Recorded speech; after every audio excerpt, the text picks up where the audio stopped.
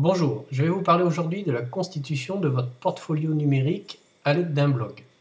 Je fais ce choix, parmi tant d'autres, car il existe des solutions, mais elle me paraît utile, simple et vous permet de réfléchir à ce qu'est un portfolio numérique. Je fais le choix du blog wordpress.com qui est la solution gratuite en ligne. Elle est un peu plus limitée que la version payante, mais elle est encore suffisamment large pour vous permettre de construire un portfolio extrêmement élaboré. Je vais insister ici plus sur l'outil que sur le portfolio en lui-même qui a fait l'objet d'un cours spécifique. Je vais déjà vous présenter la structure du blog et ses enjeux, disons dans sa version terminale. Vous avez ici mon blog de cours, blog de recherche, qui est structuré de façon particulière, avec en haut un ensemble d'éléments qui s'appelleront pages en blog et qui sont destinés à mettre en évidence des éléments qui sont, je dirais, stables.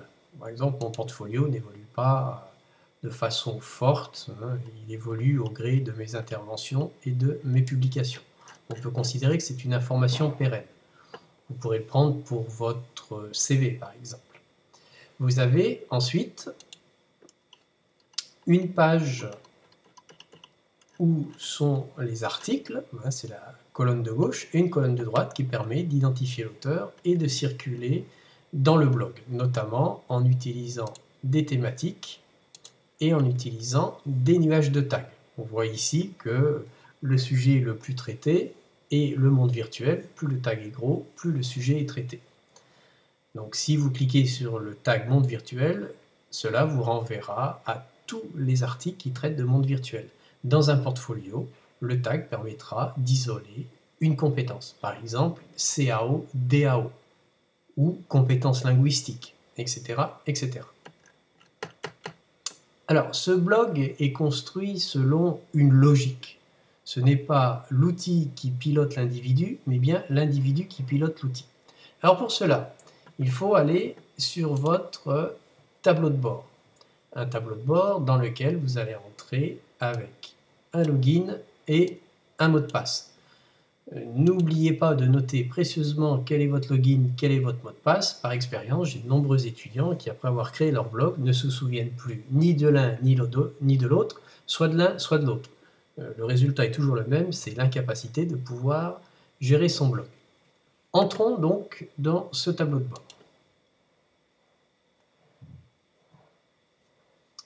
Premier point à prendre en compte, c'est l'apparence de votre blog. Alors vous avez ici donc apparence thème, donc vous cliquez sur thématique.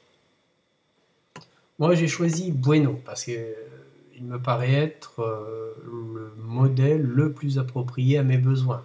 Bien évidemment, ce n'est pas une exclusive, vous pouvez aller chercher d'autres modèles qui pourront peut-être être plus proches de vos préoccupations. Disons que dans un premier temps, je vous recommande Bueno, mais ce n'est pas obligatoire. Donc vous allez choisir Bueno, vous allez le valider et il deviendra le thème. Alors le grand intérêt, c'est qu'il est en 2 colonnes avec la possibilité d'afficher des pages, des articles, des tags et des thèmes. Ensuite, dans votre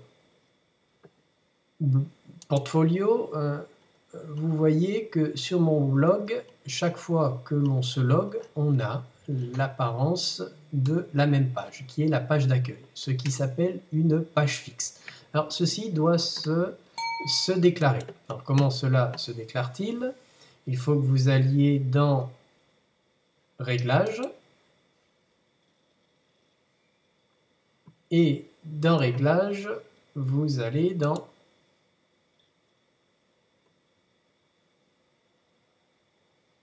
Général, me semble-t-il. J'ai un petit doute. Non, alors il s'agit de lecture. Voilà, vous allez dans Lecture. Donc je répète, Réglages, Lecture. Et dans Options de lecture, vous aurez une page statique. Donc cliquez, par défaut, ce sont les derniers articles. Vous allez cliquer sur une page statique et vous allez déclarer une page parmi les pages que vous aurez créées, que vous appellerez accueil et qui sera tout le temps la page qui s'affichera au clic. Cela vous permettra de vous présenter. Sur cette page d'accueil, vous direz qui vous êtes, vous pouvez mettre votre photo, que c'est un portfolio et quel est l'enjeu de ce portfolio. Il est nécessaire que le lecteur qui veut découvrir qui vous êtes arrive sur une page de garde, une page générale qui présente l'enjeu du portfolio. Par défaut, le blog fonctionne par empilement antéchronologique. La lecture sera donc le dernier article que vous aurez écrit, ce qui n'a pas vraiment de sens. Donc voilà, donc une page statique en cliquant sur une page statique et en définissant la page d'accueil que vous aurez déclarée. Ce qui m'amène à aller sur le modèle page. Donc ici, alors voici moi l'ensemble des pages que j'ai déclarées. Vous pouvez voir ici la page portfolio. En ce qui vous concerne, il va falloir créer une page. Donc vous allez cliquer sur ajouter. Alors qu'est-ce qu'une page? Je dirais qu'une page, c'est en termes de blog WordPress, c'est une page destinée à une information stable. Une information qui sera affichée en haut de votre blog. Donc en termes de lecture, l'œil se focalisera sur ces éléments. Vous pouvez y mettre votre CV, vous pouvez y mettre une page de contact, vous pouvez y mettre des informations qui vous paraissent essentielles. Elles seront forcément limitées. 3-4 pages me paraît être le maximum. Donc vous allez ici entrer votre titre, ici taper votre texte. Alors une petite précision, vous avez ce petit logo qui permet soit de limiter votre tableau de travail, soit de l'augmenter. Alors vous avez, comme dans tous les tableaux, gras, italique, barré, vous pouvez mettre des puces, des numéros. Vous pouvez justifier le texte et vous pouvez, si vous avez déjà un travail rédigé sur Word, eh bien, de faire un copier-coller de mémoire. Les mises en forme sont conservées. Voici pour cette page. Alors vous avez ici ce petit numéro 0 qui va définir la mise en ordre de vos pages. Cela partira de la gauche vers la droite. 0 étant l'article le plus vers la gauche et N celui le plus vers la droite. Donc vous évitez comme ça un classement automatique d'ordre alphabétique réalisé par la machine. Donc c'est ici que vous mettrez votre page accueil dans laquelle vous allez vous présenter. Vous avez aussi dans le mode page des modèles. Alors si vous cliquez sur archive page, ça fera automatiquement une page d'archive qui permettra à votre lecteur de circuler dans l'ensemble de vos articles. Et puis vous pouvez mettre sitemap, donc une carte de votre site, ce qui est aussi une forme de glossaire, de sommaire de votre site qui permettra de circuler facilement, le classement étant celui des tags et des thèmes. Il faut toujours faciliter la lecture d'un blog. Donc voici pour une page. Alors je vous laisse maintenant le choix d'imaginer ce que vous allez mettre dans les pages. Vous avez ensuite les articles. Alors là encore, vous avez ici tous les articles de mon blog. Ça fait 4 ans que je le tiens, ils sont nombreux. Je crois qu'ils sont d'ordre de 300. En ce qui vous concerne, eh bien, il suffira de créer un article et les articles correspondront à vos compétences. Donc vous aurez l'article, puisque je m'adresse à mes étudiants de MMV, métier de la mode et du vêtement, mais ça serait valable pour les designers ou n'importe quel autre métier, vous allez pouvoir entrer des articles en relation avec vos compétences. Je le disais tout à l'heure, CAO, DAO, ça peut être couture, ça peut être les compétences linguistiques, vous pouvez parler de vos compétences rédactionnelles, vous pouvez parler de vos compétences en termes de création de vêtements. Tout est possible, charge à vous de bien imaginer, de bien réfléchir à ce que sont vos compétences qui ont été acquises à l'école, certes, mais aussi en dehors de l'école. Je prends tout le temps l'exemple, si vous êtes dans une famille bilingue, vous parlez le français et vous parlez cette autre langue qui vous a été transmise, non pas par l'école, mais parce que vos parents parlent cette langue. Vous êtes bilingue sans jamais avoir été à l'école. Il s'agit bien ici d'une compétence acquise en dehors de l'école. Donc, compétence acquise à l'école, compétence acquise en dehors, ne vous limitez pas dans vos réflexions. Toute compétence acquise est une compétence à inscrire. Dans vos compétences, il faut bien voir que le portfolio vous aide à conserver des traces. Alors n'hésitez pas à la fois à écrire en disant je suis bilingue, mais vous pouvez intégrer un fichier son en vous présentant dans une langue qui peut être l'anglais, l'allemand, l'arabe, le russe, le chinois et bien d'autres langues encore. Donc vous insérez un fichier voix qui permettra à votre auditeur, plutôt que de s'asseoir sur votre compétence C2I, B2I ou autre, d'écouter que vous êtes effectivement fluide dans la langue que vous déclarez maîtriser. Ma foi, c'est très simple. Puis si vous créez des vêtements, vous pouvez mettre des photos de vêtements, vous pouvez mettre des vidéos en mode, lorsqu'on parle d'un concept de transparence ou de fluidité, c'est très difficile de l'expliquer sous forme littéraire, rien ne vous empêche de montrer une robe, un pantalon qui est fluide, une pièce de vêtement qui est transparente grâce à la vidéo. Les concepts prendront tout de suite de l'ampleur grâce à la vidéo. Donc, un article, c'est à la fois du texte, de l'image, de la vidéo et du son. Rien ne vous est interdit. Vous êtes la Y génération. Profitez de tous les outils qui sont à votre disposition. Alors vous allez me dire, on n'a pas de caméra. Des caméras, vous en avez. Vous avez des smartphones qui font enregistreur, qui font caméra, qui font appareil photo et qui font carnet de notes pour prendre vos notes. Vous êtes tout à fait équipé. Malheureusement, la plupart du temps, vous n'en avez pas conscience. Alors, vous avez écrit votre article. Il faut penser à ajouter des tags. Alors, les tags, en français, on parlera de mots-clés. Ce sont ces mots-clés qui apparaîtront dans le nuage de tags. Nous reviendrons formellement sur la façon de les faire apparaître.